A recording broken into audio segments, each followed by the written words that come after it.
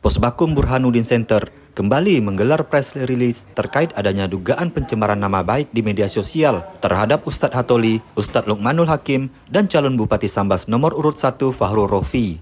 Dalam akun tersebut menyebutkan kata-kata yang tidak pantas terhadap ketiga tokoh ini.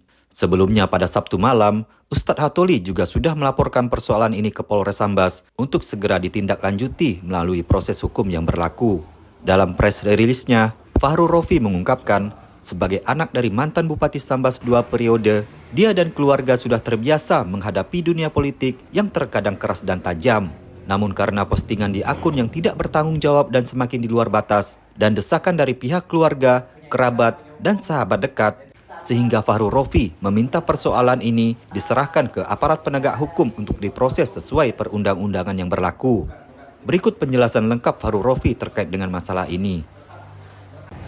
Saya dengan keluarga sudah terbiasa menghadapi lika-liku terkait situasi dan dinamika yang berkembang, terkhusus persaingan dunia politik yang terkadang keras dan tajam.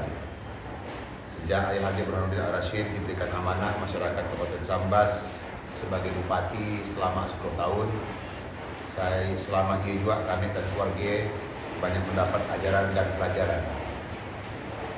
Pun juga pada saat saya mengikuti langkah beliau sebagai politisi pada tahun 2020 dan berhenti menjadi ASN, segala resiko tentu sudah saya pertimbangkan matang-matang. Masuki persaingan pilkada tahun itu, saya dan keluarga setelah kepergian almarhum Ayah Hande terhitung sudah 1 tahun pada tanggal 6 November tahun 2024 kemarin. Dalam acara haul kemarin, kami keluarga bersepakat menahan diri untuk tidak menanggapi postingan-postingan yang memfitnah, menghujat, dan merendahkan pihak keluarga, termasuk dialamatkan kepada saya pribadi. Semakin ke situ ternyata semakin jadi, semakin luar batas. Atas permintaan sahabat melalui telepon dan WA, termasuk kawan-kawan almarhum serta keluarga, maka kami bersikap untuk meminta aparat kepolisian Kabupaten Sambas, Polda Kalbar memproses postingan-postingan akun-akun yang tidak bertanggung jawab yang telah merendahkan kehormatan pribadi saya dan almarhum Insinyur Haji Burhanuddin Ar-Rasyid. Kami meminta untuk akun-akun fake tersebut diproses melalui hukum yang berlaku. Kepada segenap tim koalisi, tim pemenangan, serta relawan Sambas bermarwah, baik yang ada di ruangan itu maupun yang sedang berada di rumah menyaksikan live itu, atas nama Kabupaten Sambas yang kita cintai bersama, mari kita jaga situasi kedamaian yang kondusif pada saat itu. Jangan terprovokasi atas situasi yang ada. Rapatkan barisan kita, rapatkan sah perjuangan kita. Pilkada hanya wahana untuk sirkulasi kepemimpinan daerah, tapi silaturahim harus kita jaga. Persatuan harus kita jaga kampung kita, jaga keluarga kita, dan laporkan jika mengalami dan menemukan potensi-potensi kecurangan pilkada. Dibantu aparat hukum dan penyelenggara pemilu mensukseskan pilkada serentak seperti tahun-tahun sebelumnya. Saya, Fahrul Rofi, dan keluarga almarhum Insinyur Haji Burhanuddin Ar-Rasyid mengajak kita semua mengedepankan adab kesopanan baik dalam tata pergaulan kita sehari-hari maupun bermedia sosial. Agama kita, orang tua kita telah mengajarkan untuk menghormati orang tua, para ulama, ustadz, dan guru. Jujur, saya merasa sedih dan terenyuh jika ulama dan ustadz kita direndahkan dan dihujat dengan kata-kata yang tidak senonoh. Baru kali itu saya temukan kejadian macam itu. Itu jelas bukan karakter orang Sambas yang menjunjung tinggi adab dan kesantunan. keberadaan ulama, tanda keberkahan negeri. Kemajuan teknologi tidak harus meninggalkan kesatuan kita sebagai orang Sambas.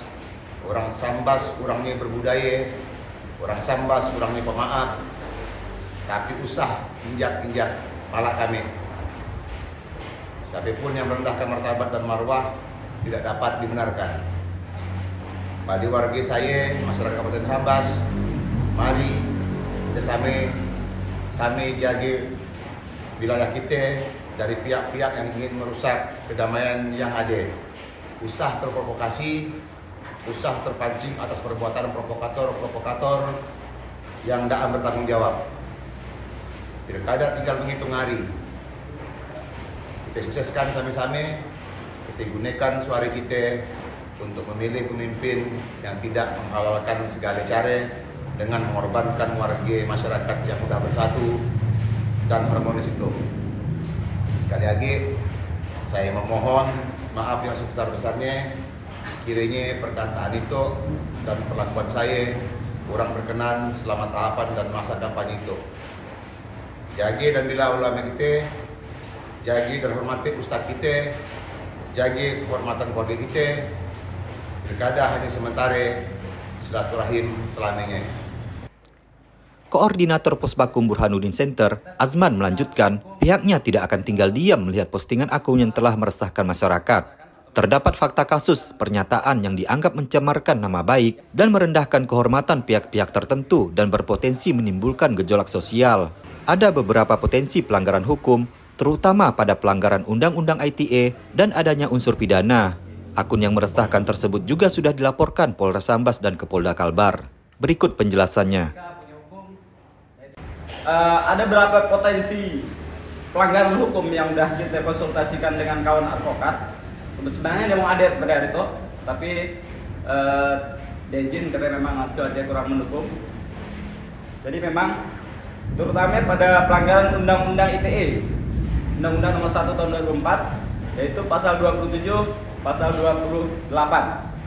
Kemudian KUHP pasal 310, 311.